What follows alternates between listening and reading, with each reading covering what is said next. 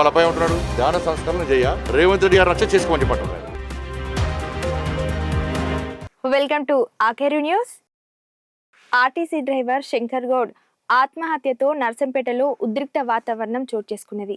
ఉమ్మడి వరంగల్ జిల్లా బంద్కు ఆర్టీసీ జేఏసీ పిలుపునిచ్చింది. గురువారం ఆత్మహత్య యత్నానికి పాల్పడిన శంకర్ గౌడ్ను మెరుగైన వైద్యం కోసం హైదరాబాద్కు తరలించారు. రాత్రి 10:45 మృతి చెందాడని ప్రభుత్వం ప్రకటించింది.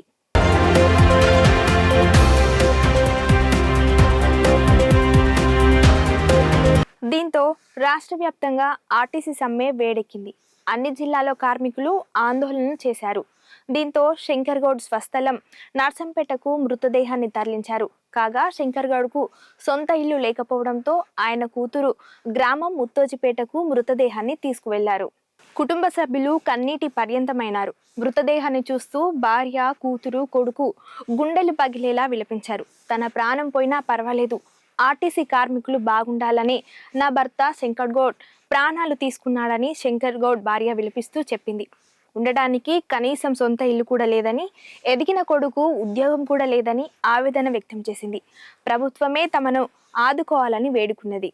ఆ కార్మికుల కోసానికే పాటుపడ్డాడు. వాళ్ళ గురించే ఇంత ఆత్మహత్య చేసుకున్నాడు. ఆయన కార్మికుల గురించే బాధపడిను.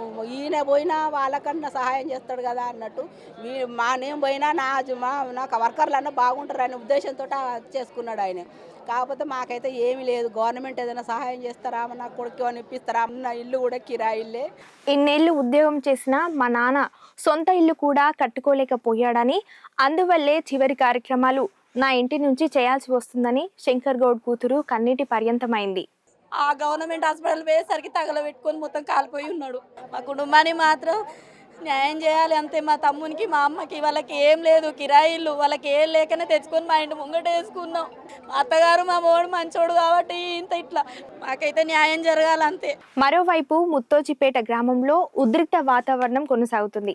శంకర్ గౌడ్ మృతదేహాన్ని నర్సంపేట డిపో దగ్గరకు తీసుకువెళ్లి నివాళి అర్పిస్తామని కార్మికులు పట్టుబట్టారు. వీరికి మద్దతుగా బీఆర్ఎస్ మాజీ ఎమ్మెల్యేలు, కేంద్ర మంత్రి బండి సంజయ్ నిలిచారు. కార్మికుల కోసం ప్రాణాలు కోల్పోయిన శంకర్ గౌడ్ మృతదేహాన్ని డిపోకు తీసుకువెళ్లడం నేరమవుతుందా? నర్సంపేట డిపో ఏమైనా పాకిస్తాన్లో ఉందా, లేదంటే బంగ్లాదేశ్లో ఉందా అని బండి సంజయ్ ప్రశ్నించారు. మృతదేహాన్ని డిపో వైపు తరలించేందుకు కార్మికులు, కేంద్ర మంత్రి బండి సంజయ్ ప్రయత్నం చేశారు. డిపోకు తరలించడం వల్ల అనవసరంగా శాంతి భద్రతల సమస్యలు వస్తుందని పోలీసులు అడ్డుకున్నారు.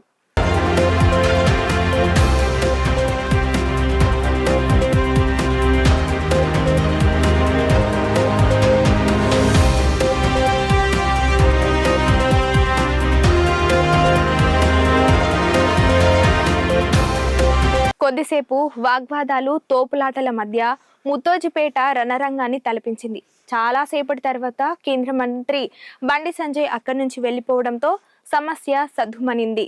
అంటే ఒక ఆర్టీసీ కార్మికుని దుర్భరమైన జీవితానికి నిలువెత్తు నిదర్శనమే ఇలా శంకర్ గౌడ్. సొంత ఇల్లు లేకుండా వాళ్ళ బిడ్డ ఇంటికి డెడ్ బాడీ తీసుకొచ్చారు. వాళ్ళు కోరుతున్న కోరిక ఏంది? 30 సంవత్సరాలు పనిచేసిండు ఆర్టీసీ డిపో దగ్గరికి, ఒక్కసారి బాడీ తీసుకొస్తే చాలా మంచిది అని చెప్పి వాళ్ళు కోరుతున్నారు. కుటుంబ సభ్యులు కోరుతున్నారు. ఆర్టీసీ డిపో పాకిస్తాన్ ఉందా, బంగ్లాదేశ్ ఉందా? పోతే ఏమవుతుంది? లా అండ్ ఆర్డర్ ప్రాబ్లం ప్రభుత్వమే కొన్ని తీసుకుంటున్నది. లాస్ట్కి ఏమంటున్నారు? వాళ్ళపై ఉంటున్నాడు. ధ్యాన సంస్కరణ చేయ రేవంత్ రెడ్డి గారు రచ్చ చేసుకోమని చెప్పంటున్నారు. మీరు మేనిఫెస్టో పేజ్ నెంబర్ 28 అభయస్థం దానిలో ఉన్న ఆ డిమాండ్లు మాత్రం పరిష్కరించండి. నేను ఒప్పిస్తాను. ప్రభుత్వ పరంగా పలకరించి ఆయనకు హామీ ఇస్తారేమో, అంతవరకు ఏ హామీ లేదు. చనిపోయిన తర్వాత కార్మికులంతా డిపో దగ్గరికి వచ్చి డిపో ముందర పెట్టి ఆయనకు సానుభూతి తెలిపేందుకు, లేకపోతే కార్యక్రమం చేసేందుకు అక్కడ చేయొద్దామని ప్రయత్నం చేస్తే దాన్ని కూడా ఆపుతారు. తీసుకపోయి ఇల్లు ఎవరో అల్లు ఇంట్లో పెట్టారు, వాళ్ళ ఇంట్లో కూడా పెట్టలేదు. ఇంత ఘోరమైన పరిస్థితి ఉంటుందా? నేను ఒకటే మనవి చేస్తున్నా, ఆర్టీసీ కార్మికులారా, మీరు దయచేసి అధైర్యపడకండి. మీకు మేమున్నాం. బీఆర్ఎస్ పార్టీ అండగా ఉంది. మీ హక్కుల పరిరక్షణ కోసం, మీ హక్కుల సాధన కోసం మీ వెంట మేము ఉంటామని ఈ సందర్భంగా నేను మీకు వారి కుటుంబానికి ప్రభుత్వం బాధ్యత వహించాలి. ఆ కుటుంబంలో ఒకరికి ఉద్యోగం ఇవ్వాలి. 1 కోటి రూపాయలు ఇమీడియట్లీ ప్రకటించాలి. అదేవిధంగా ఈరోజే మీ క్యాబినెట్ నిన్న కూర్చున్నారు, మీరు ఏం మాట్లాడలే. ఐఏఎస్ కమిటీ వేసిండ్రు, మళ్ళీ కాలయాపన చేస్తున్నారు. మీరు కార్మికుల న్యాయమైన డిమాండ్లను వెంటనే పరిష్కరిస్తామని హామీ ఇవ్వాలని ఈ సందర్భంగా మేము డిమాండ్ చేస్తున్నాం. ముత్తోజిపేటలో ఇలాంటి వాతావరణం కొనసాగుతుండగానే రాష్ట్ర వ్యాప్తంగా ఆర్టీసీ కార్మికులు నిరసన కార్యక్రమాలు చేపట్టారు. రాష్ట్ర ప్రభుత్వం మొండి వైఖరి కార్మికుల సమస్యలను పరిష్కరించాలని డిమాండ్ చేశారు.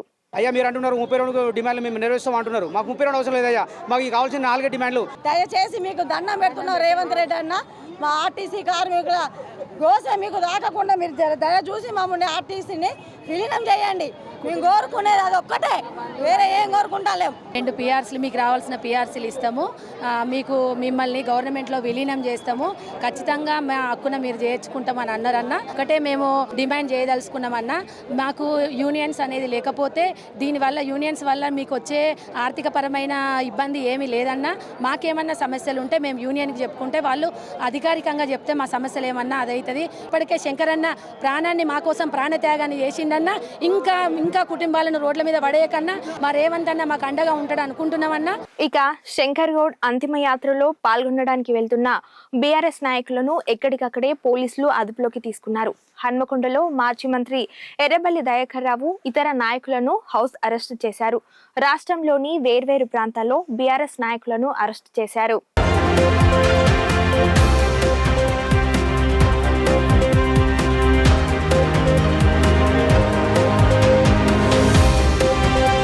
కాగా ఆర్టీసీ కార్మికులతో డిప్యూటీ సీఎం బట్టి విక్రమార్క ఆధ్వర్యంలో ఆర్టీసీ జేఏసీ చర్చలు జరుపుతుంది. కాంగ్రెస్ ఎన్నికల మేనిఫెస్టోలో పెట్టిన డిమాండ్లనే తాము అడుగుతున్నామని, అవి వెంటనే అమలు చేయాలని జేఏసీ నేతలు డిమాండ్ చేస్తున్నారు. ఆర్టీసీ సమస్యల పరిష్కారానికి తాము సానుకూలంగా ఉన్నామని మంత్రులు చెబుతున్నారు. అన్ని అంశాలు వెంటనే అమలు చేయాలని పట్టుబడడం సరైంది కాదని, కొంత సమయం ఇస్తే అన్ని సమస్యల పరిష్కారానికి తాము చర్యలు చేపడతామని మంత్రులు అన్నట్లు సమాచారం.